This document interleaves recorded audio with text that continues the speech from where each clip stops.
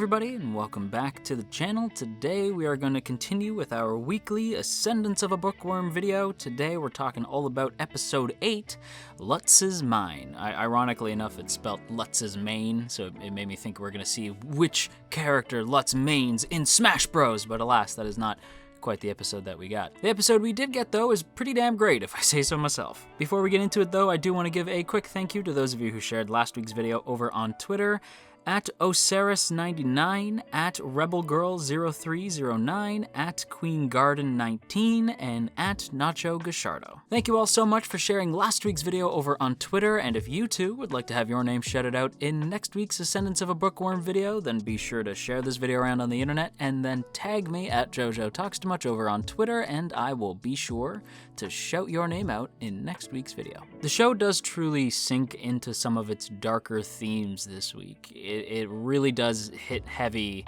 for a lot of folks and confirms a lot of theories.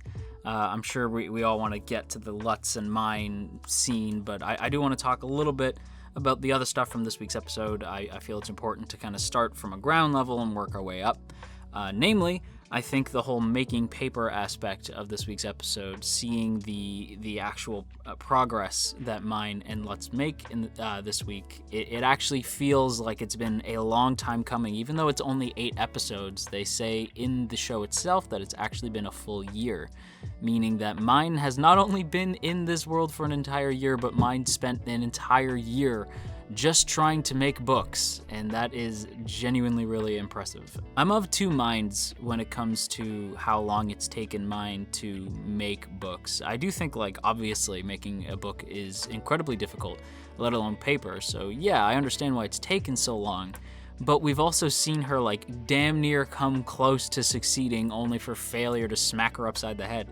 And it's frustrating to see, right? Like, so while sure there's been some episodes that have sort of bugged me because we came so close and yet so far, and then in the end it didn't even matter. Sorry, I'm not gonna make that joke, but it's been a long time coming. It's been 8 weeks with this show, and we finally got to a point where Mine has finally succeeded in making paper. She has actually made paper, and it's not just thanks to her ingenuity, it's actually also heavily in part thanks to many of the characters surrounding her. Thanks to her dad for introducing her to Otto, thanks to Otto for introducing her to Benno, and of course, huge thanks to Lutz. We also are introduced to several other characters this week. We get introduced to this woodworker guy who I really enjoyed. I thought his whole interaction with Mine was a ton of fun.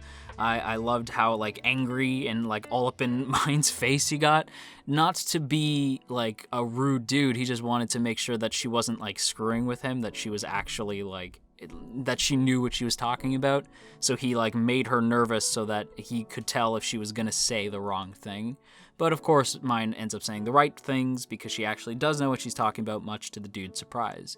I also love that he was genuinely shocked to see that she had made, or that she was able to write full sentences and, like, write out an actual request for specific wood and all that stuff. Like, that was actually really cool, that the show keeps hammering home that Mine writing is very peculiar. It is very odd and would be seen as, like, an impressive feat for not only a kid, but a commoner kid. So that's genuinely, I like that the show continues to have characters be shocked when that happens.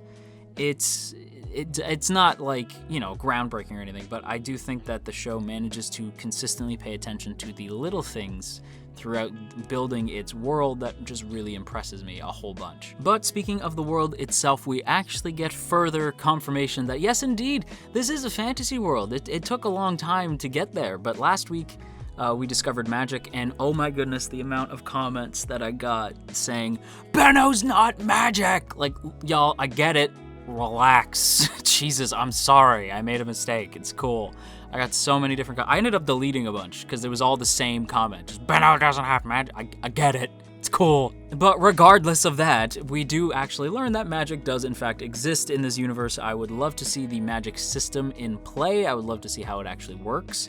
I find it really fascinating how lo-fi it is, or low magic it is. And I love that sort of low-level magic. I do think it needs a little bit more of the old razzle-dazzle. Needs a little bit more of the old I don't know, just a little bit more visual going on, a little bit more particle effects, make it a little bit more A1 or ufotable, you know what I'm saying? Actually, don't go that far.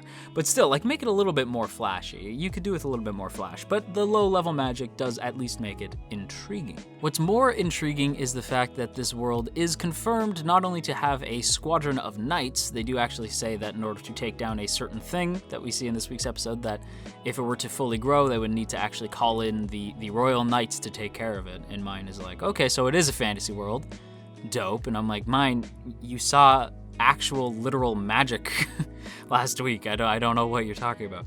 But she does, she manages to encounter something magical in and of itself, or at the very least, not something that exists in our world, and that is the Trombe, or whatever they call it. Trombe, I don't know. I'm gonna call it the Trombe because it sounds fancy. But they encounter the Trombe, which is this weird, like, red seed plant thing, and mine sort of digs it up. And I was expecting it to, like, attack or something. I was expecting something to, like, jump out of it, but instead it just gets really, really hot, and mine's like, yikes, and, like, whips the thing across the I don't want to say the yard, but whips the thing across the grass, and it lands and sort of burrows into the ground, which that thing had to be pretty damn hot for it to do that. But then it sprouts up. It sprouts out, I guess what I would call just sort of branches, right? It's just branches that are bursting out of the ground. And immediately mine is smart enough to scream for Lutz, who comes running like the hero that this young man is, runs out to save mine, and realizes immediately what's going on. He basically becomes a fantasy version of Paul Revere for all of like 5 seconds, just running out like, Trombe! The Trombe are coming! The Trombe are coming! And seeing Lutz bust out a knife and just go to town on this Trombe thing, it was pretty friggin' awesome, I'm not gonna lie. I actually thought it was great. And you also see the other characters, so you know that they're all still going to the forest like as a unit, as a group of people, but it just happens that Lutz and mine are off making paper on the side. But we actually see the group attack the Trombe, and we see it like wrap around, I can't remember his name now, but the one pink-haired kid. You see it wrap around that one dude, and almost, it looks like it was gonna try to like squeeze the life out of him or something. I don't know what it was gonna do, but it was scary enough that Lutz immediately chops that branch, and they manage to kill it, I guess, because it stops moving. And Lutz explains that if it were allowed to continue to grow, you see it become this huge tree thing, and this tree would have sucked out all the nutrients in the area, so the whole forest would have died. So, you know, mine almost inadvertently killed the forest that they all hang out in, so that would have been a bit of a friggin' problem. And by a bit of a problem, I mean a huge problem. But again, I do like that we actually... Does this count as the first magical creature we have seen? Is this Trombe thing? This Trombe? I wonder if we've seen... I don't think we've seen any other magical creatures. I think Trombe is the first, like, magical entity that we have seen. Because the nobles are magic, but this is, like, the first creature, quote-unquote, we've seen. I know it's a plant, but still, you know what I mean. And I guess we've put off talking about it long enough. Throughout the entire episode, Lutz is really standoffish towards mine. I mean, like, really, really standoffish. And we knew from last week that last week's episode was the last time Lutz ever referred to her as mine. So you knew at some point, either this week or next week, that something was going to pop off. I really was more in the camp of next week, so I was genuinely kind of surprised when the episode led up to Lutz saying, like, hey, remember how I said that we were going to talk after the papers were made? And mine doesn't say anything. She just kind of nods, turns around, and then Lutz is just kind of glaring at her. There's a pause. And then mine says, hey, do you want to do this here, or do you want to do this outside? And I was like, are they going to scrap? But no, they don't scrap. Thank God. But no, it's Lutz confronting mine, says, who are you? And I'm, to my unbelievable shock, mine just says, I'm not mine. I'm not who you think I am. She and confirms the theory that many of us have had for a long time. Mine is dead. The mine that we know As far as Urano is concerned, the fever totally took over, and mine was killed by the what do they call it? I don't remember now. It has a spooky name, but yeah, it did I can't remember what it is, but it does end up eventually killing the mine that Lutz used to know. And I say the mine that Lutz used to know because during this whole conversation, Lutz is obviously upset, and he just wants to know what happened to his mine, where is she, and what did you do, accusing our mine of like somehow making their mine sick and taking over or killing her or whatever. And mine even says like, listen, I'll go. If you don't want me here, I'll go. But I'd rather do it at home because if I go, there's gonna be a corpse. And Lutz is like obviously thrown off by that. The poor kid. This kid, listen, most kids suck. I've said this before, I'll say it again. I dislike most kids, especially with this Kappa thing going on now. I super hate kids. But like this kid gets a pass. Lutz is such a good lad, and he handles this whole situation with such grace. He may as well be a friggin' adult with the way that he holds himself. But yeah, Lutz is, I don't know, there's something about this kid that just, he really does win you over.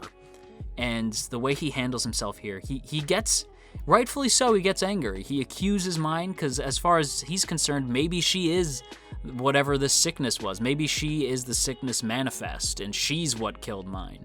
He doesn't know, but he accuses her of it, and he gets angry and frustrated, and he even asks her, like, how long have you been mine? How long have you been my friend? And she just says, guess. And Lutz correctly guesses that it's been since mine started putting the stick in her hair, the hairpin, and Lutz realizes that it's been a full year. So it's this moment of Lutz saying, like, listen, the mine that I knew is dead, but I know I have more memories of being with you now than the mine that I used to know. So as far as I'm concerned, you can be mine. Like, you can be my mine. And I'm starting to realize why they called the character mine, because that's his mine. You're my mine, you know what I mean? Like, it's just, I don't know. I'm seeing why they called it that, because it led to this emotional beat where the two characters sort of, I don't want to say embrace, but Lutz does accept that his mind is gone, and it's sad, but he is able to, I think, move forward, and I think he's aware that, like, yeah, while she's not his mind, they do still share this connection and this bond, and I just loved this scene. I thought it was expertly handled. I thought the direction was fabulous. The seiyus kill it. The music is brilliant in the scene. Like, kudos to the composer, whose name I don't have written down, unfortunately. But yeah, the music was really good in that scene. Totally perfect for that scene. Direction was on point. Seiyus crushed it. And I just think the writing was fantastic, because Lutz really does react to this news the way that you would expect him to, but he, like, as a kid would. But unlike a bratty kid, he does handle it significantly better. And he's much like how mine is genuinely mature beyond the body she inhabits. Lutz is very much similar in the sense that he is mature beyond his age. And I don't know, I really want to see these two continue to work together. I don't really want Lutz to full out abandon mine, and the way the episode ends, like the last conversation between the two of them, you can tell that that's not the case. The way they end that whole confrontation with him saying, like, you can still be my mine, and she smiles at him, and it's this adorable scene, and it does lead up to a fun moment towards the end of the episode. But it was just, I thought this whole episode was absolutely brilliant. I don't want to say it's my favorite episode of the series or anything, but it's definitely the episode with the strongest emotional impact, I think.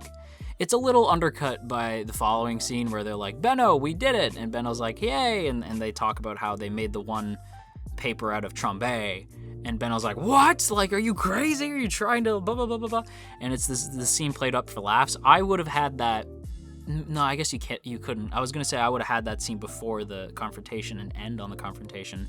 But it just doesn't work because of like timeline stuff. So it wouldn't have worked. The episode did have to end there, but part of me wishes that they had ended the episode on the conversation, because it was just such a strong emotional beat. You could have ended it right there, and the episode would have been just as amazing as ever. But we do have this, and I'm not saying it's not funny. It's a good comedy bit between Benno, Lutz, and Maine, and I am curious as to how or what they're going to be making the paper out of going forward. We do see another one of those scenes at the end between the high priest and Maine, where they're talking about how, like, oh, Maine did it, blah, blah, blah. And Maine's like, well, I mean, yes and no, but, like, because you still need this, like, license to sell paper, and then after that, you got to figure out how to bind the paper together to make a book, and then even making a book is like, you have to know what you want to write in it. It's a whole mess, and that. So I'm like, cool, we are nowhere near where we need to be. But we're getting closer. We're getting closer each and every day, each and every week, rather. And you know what? I'm excited to continue to see where the show goes. With that said, everybody, I am going to happily give this week's episode a very solid rank of A. This is absolutely an A-tier episode. I was thoroughly impressed. And on that note, everybody, that's going to wrap up today's video. But before we take off, I want to give a big shout out to the good folks over on Patreon, namely those in the Earl Grey tier: Calvin Atkinson, Crowbar of Irony, Dominic, Urza, Ginkotaku, No For Nothing, Maria Teresa, Mirth Mouser, Omner Garamond, Cell, Shadow Creative, Sipco Games, Somastan, Steven, Tristan, Verdon, and Westbourne Eastbred. A huge thank you to those of you who support the channel over on Patreon, and if you too would like to join the T Squadron, then be sure to check out that first link in the description to check out our Patreon page, see all the cool rewards you can get over there, as well as access to our Patreon exclusive Discord. Thanks once again for checking out today's video, everybody. If you enjoyed it, then you've probably been on the internet long enough to know what to do already, so I ain't gonna tell you, but I will say that it is appreciated. And if you are feeling stressed out today, then you go have yourself a warm cup of tea, and I will talk to you all again real soon.